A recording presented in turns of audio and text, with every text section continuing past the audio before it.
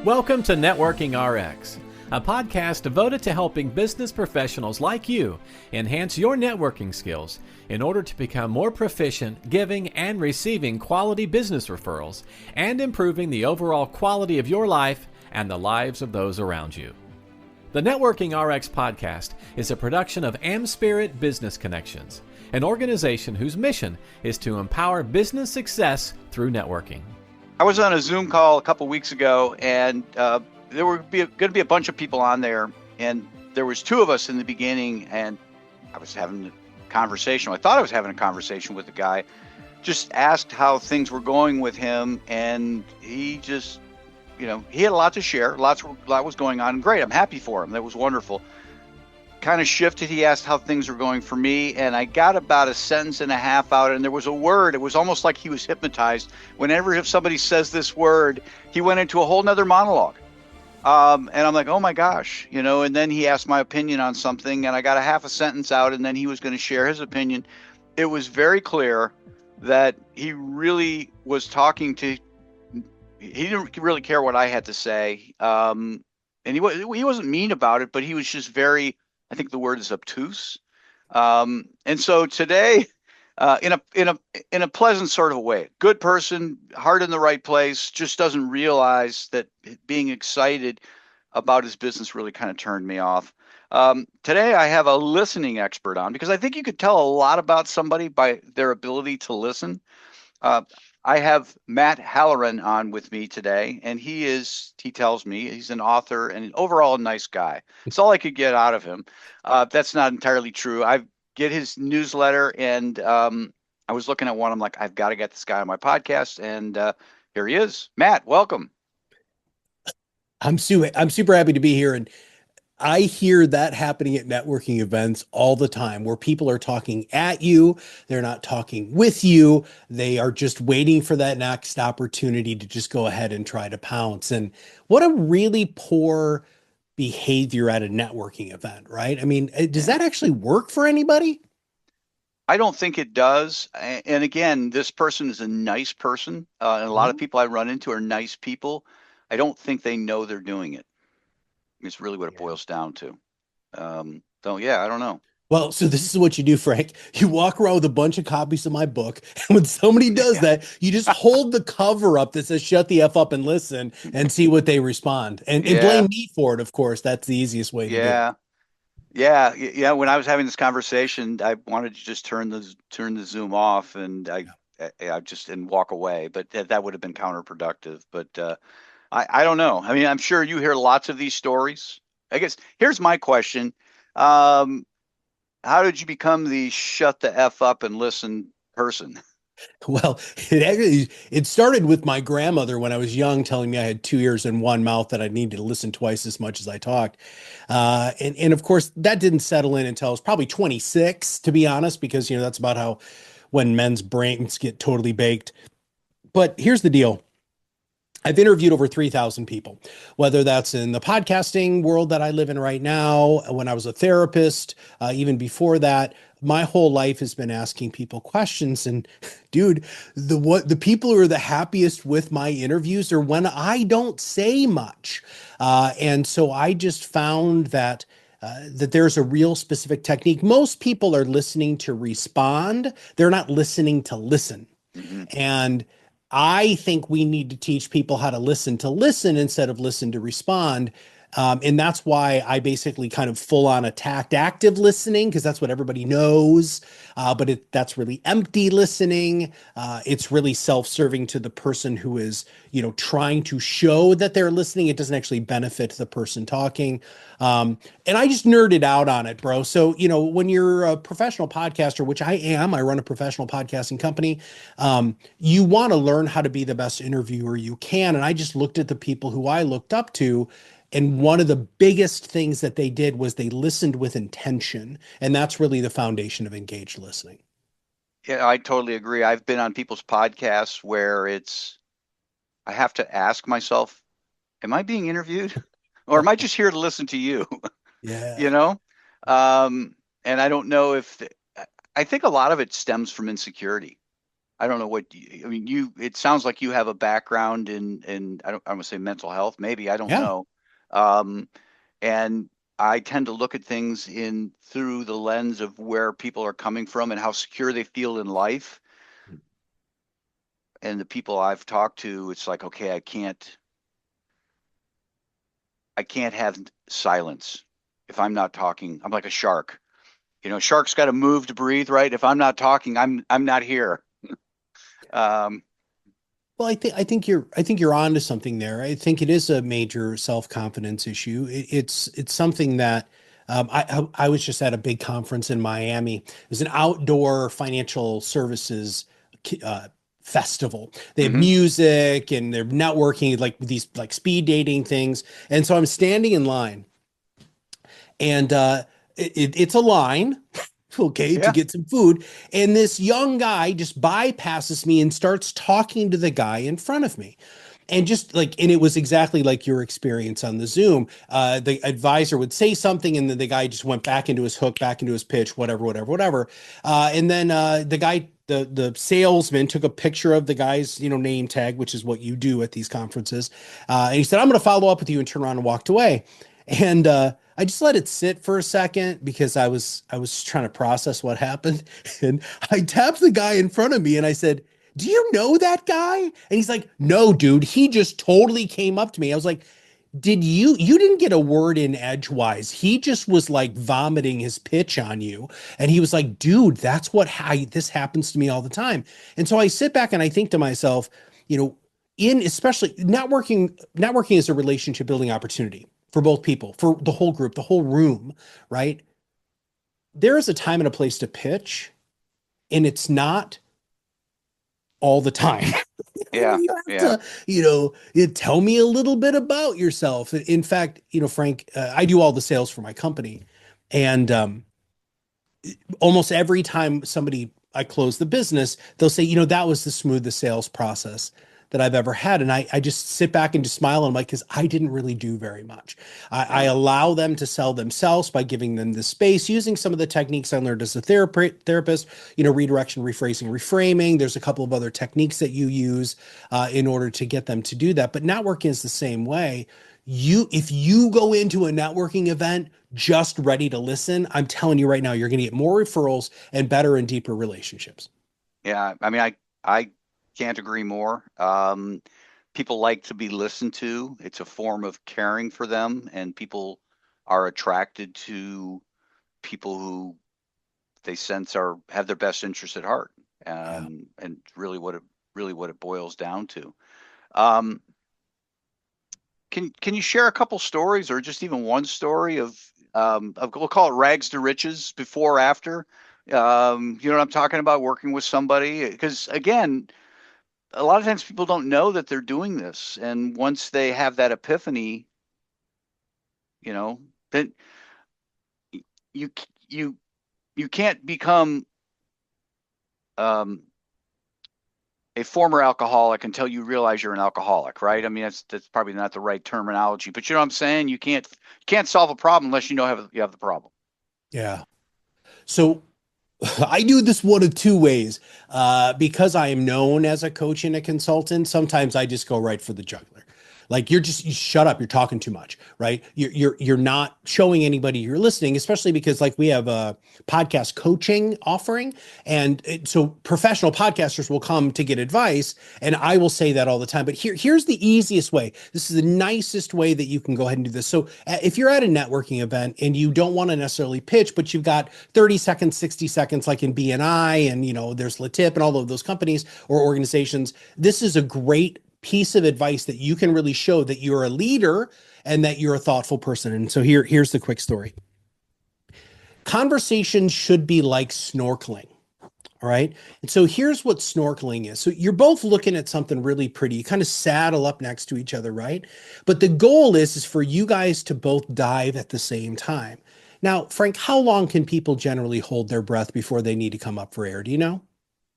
I would say 30 seconds to a minute. Okay, If, 30 seconds. untrained, yeah, Okay. yeah, Okay, so if they're trained, they can hold their breath for about 2.5 minutes, but most people, yes, sub 1 minute. That's how conversation should be. You Mm-hmm. take a breath together, you go under, you look at all the pretty stuff, you're sharing that experience together. And then when you need to come up, you come up for air. And that is the cycle, that is the flow of conversation. It shouldn't be that that person's grabbing your hand and dragging you underwater and holding you there until you're fighting and trying to get up, which is how most conversations are. Conversations are meant to be you're saddling up together, you're experiencing something together, there's a togetherness component of it, and it really should last about that. And in fact, I've done over 1,000 podcasts, and one of my disciplines is I don't talk for more than 3 minutes. There's reasons for that. The main reason is because I went through PR training, and that's a huge thing when you're working with the media. But the other reason why is if you are on people's shows or if you're interviewing somebody and they give you a good 30-second clip or a 60-second clip, guess what? You can repurpose that and use that to market your show. But you can't do that when they're talking for 7 freaking minutes straight, man. Yeah. So, yeah. Can you walk us through an example with the snore? I love the metaphor, but I guess just walk through. Yeah. A lot of times, especially in networking, there is going to be the primary person and the secondary person, right? So either the primary person is generally the one who initiates the contact with the person that they're trying to network with, Right. right? I believe that you knowing this tool should now be that initiator. And so you're going to walk up to the person, you're going to say, tell me a little bit about yourself, not your business. Be very, very clear about that and see what they share. If they immediately go into, I run an HVAC company, we're the best in the business and I only sell Trane products, what's your phone number? When can I put you in a new air Right. conditioning unit today? Now, that happens, dude. But a lot of times, if you say, tell me a little bit about yourself, if the person's listening, then you can saddle right up, right? Mm-hmm. And what'll happen is if you give people the space, especially the space after they get done talking, one of two things is going to happen. They're going to go from being a snorkeler to a scuba diver, which is so in the book I talk about 5 different types of communicators. These are 2 of the 5. Or they're going to want to come up for air.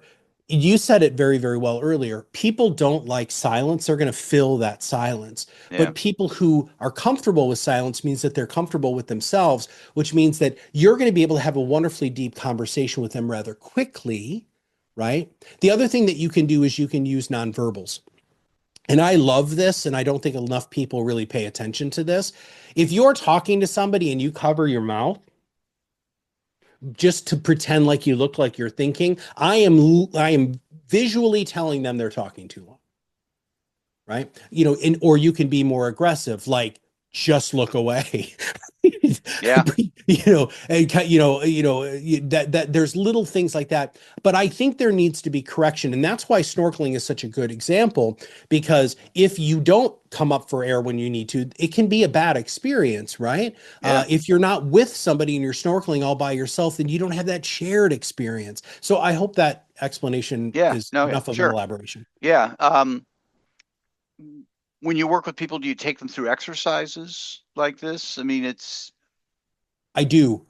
You said it right before we started recording. I'm not trying to ruin your secret sauce here, but you said no, a it's timer, right? yeah. And so this is what I have done for years is I will force my coaching clients or people who are wanting consultation on interviewing specifically to have like a very big red countdown timer, not a count up timer, a countdown timer, so that you start practicing only speaking in 2 to 3 minute segments.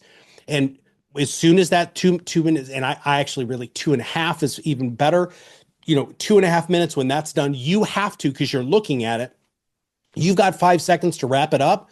You need to learn how to wrap it up. When I teach people these sorts of things, especially when you're guesting or when you're interviewing or when you're in conversations in real life in person, everybody comes back and said, oh my God, Matt, dude, like that was the best thing that I've done in a long time, Yeah. because you're removing the selfish, self-focused, self-centered, egotistical component of it, because you're being willing to shut the F up and listen. Yeah. I have always gone into networking events with a series of questions in my head. Now, I live in Columbus, Ohio. I grew up in Michigan. I think I've shared that with you. I grew up in Columbus, Ohio. I call Columbus the Great Melting Pot. It's like nobody's from here. Everybody's from somewhere else, and it usually involves a woman. So I'm Yeah. always very curious as to, well, are you from here? And if you get a yes, then you can head down the path of, Mhm. oh, where'd you grow up? What high school? Usually it's, no, I'm not from here. Well, where are you from? How did you get here? And then depending upon whatever, it can go any number of different paths. But I can get them talking, you know, oh, you live in Milwaukee, live from Milwaukee. You must be a Packer fan, you know. I like sports, so Sure. I'm going to head down that path if they're willing to go down that path. If they're not, yeah, I really don't like sports. Oh, okay. You must like beer then, because you're in Milwaukee, right? Or cheese, or maybe that's why you're here in Columbus. Well, how'd you get here? And then there's always this story, and I will have other questions based on whatever that is, just to kind Mhm. of get them going and talking.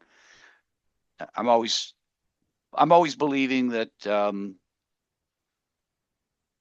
My turn will happen, right? If it's you said it earlier, listening is about building relationships. And so if you're building relationships, eventually your turn's going to come up. So just focus on building the relationship. So And your turn might not come up in that initial meeting, right? And that's one of the cool things that happens that I found is when people feel heard, it fundamentally changes the nature of the relationship. So if you go into a networking event and you spend 10 minutes with somebody and you don't say anything about yourself, they're going to walk away feeling like $1 million. Like, oh my God, that Frank guy, there was something about it. I just can't really put my finger on it. Well, I can. It's because you listened. Right. And so then that gives you an opportunity to go back around to that person and say, hey, hey, I really appreciated learning a lot more about you. And see, again, this is maybe the anti networking thing, but I would say, listen, if you'd like to get to know more about who I am and what I do, I'd love to have that opportunity. Right. And they're not prepared for that either because they feel like they already know you because you were just there and present, right?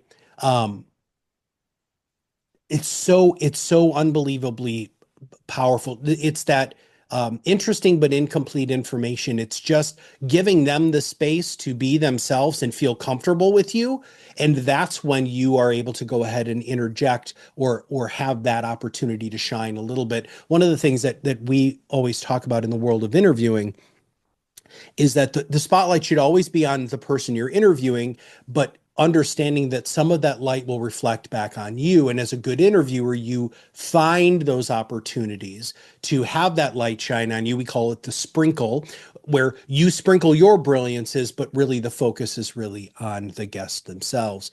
And it's that way in conversation, I believe, entirely. But here, before we get too far into this, I want to add as much value as I can to your audience. And I have an exercise, if you don't mind, Frank, please, that I yeah. think can be just a fantastic learning opportunity for people to practice listening. Okay, so here's what's going to happen. You're going to find your bestest friend, your wife, your husband, your best friend from high school, maybe a business acquaintance, something like that. And you're going to go to a very busy restaurant and or coffee shop, okay? You're going to sit next to each other, not across from each other, next to each other. This is very important. Next to each other, okay? And you're both going to have little pads of paper. And what you're going to do is you're going to choose somebody in that environment that you are going to literally eavesdrop on. Okay. Now you're not going to be creepy and stare at them the whole time because we don't want that because we don't want you to get in trouble. But you're both going to agree. Okay, we're gonna focus on that couple over there, and you're going to answer together. You're going to answer 3 questions privately on the piece of paper, and you're going to share this afterwards. The first one is, what is the nature of the relationship? Right. So you're going to try to glean from the conversation what the relationship is. Number 2, what is the desired outcome of the conversation? Right. And number 3, do you think that desired outcome is going to happen? So those are the 3 questions. You're going to do this for maybe 10 or 15 minutes, or maybe the people leave. And then what happens is the person sitting next to you is going to switch to the other side of the table so that you're looking at each other and you're going to talk about what you heard. And there's so many reasons why this is so powerful. Number 1, it teaches your ears to hyper focus on one conversation and tune out a bunch of other noise, right? Which is something very few people can do. They get very distracted. They say they have ADHD. No, it's just they never practice freaking listening. Now, there are people who have ADHD. That's not what I'm saying, but you have to focus your listening. Number two, it's fascinating, especially when you have somebody you know really well and what they pick up on compared to what you pick up on. It's a wonderful relationship building thing between you and that person. But the best part about it is it focuses and teaches you how to listen at a distance with very specific desired outcomes without looking creepy and sharing that experience with somebody else. Again, it's that snorkeling. You're pulling right next to that person and you're trying to experience conversation relationships together. I love it. I don't want to say I've done that because I haven't. I don't think my wife would go for it. But I'll sit at airports. I love to people watch. I love to people listen. So I don't have anybody to compare notes with, but I'm just kind of curious as to, I love to listen how relationships flow. I think we can learn a lot about small talk when you hear, especially somebody who's really good at it, just how they make it happen. I spoke at a conference last week. It was a roofing conference, and my friend who got me the opportunity was there. He was there with his son, and my friend had to go take a call, and I was sitting at 8 seats to a table with my friend's son, and a VP of the company sat down at our table, and his son was just like his dad, just a wonderful conversationalist. How to just kind of segue from one thing to the next. Worked a little bit about himself. Hey, if you ever need anything, here's my card, kind of a thing. Tell me more about this. It was, but you learn. You learn how people make those things happen. So, very interesting. Well, let's shift gears here. Let's talk about Matt. Let's talk about, you have a book. Nobody makes money selling books. I'm going to go to Amazon. I'm going to get your book. And with that 30 cents, I don't know what you're going to do with it, but it's probably more than that, but it's not much. But yeah, you have podcasting business. Talk about everything you got. Yeah. So the book is called Shut the F Up and Listen. It is available at your local bookstore. You can have them order it, or you can order it on Amazon specifically. You're right. You have to sell a lot of books, dude, to make any money on it, but that's okay. I'm in the business of just really getting the word out is my ultimate goal. And the favorite thing is when you pull up the cover of the book, which I highly recommend you all do, it is arresting enough where it's going to make you realize that you need to implement shutting the F up and listen into your daily life. So I co-founded a podcasting company for financial services professionals. We're the largest podcasting company actually in North America. We've done over 10,000 episodes for advisors, CPAs, estate planning attorneys, and we've also done over 150,000 social media posts. So we help produce and publish and all of that stuff, right? Social media for podcasts.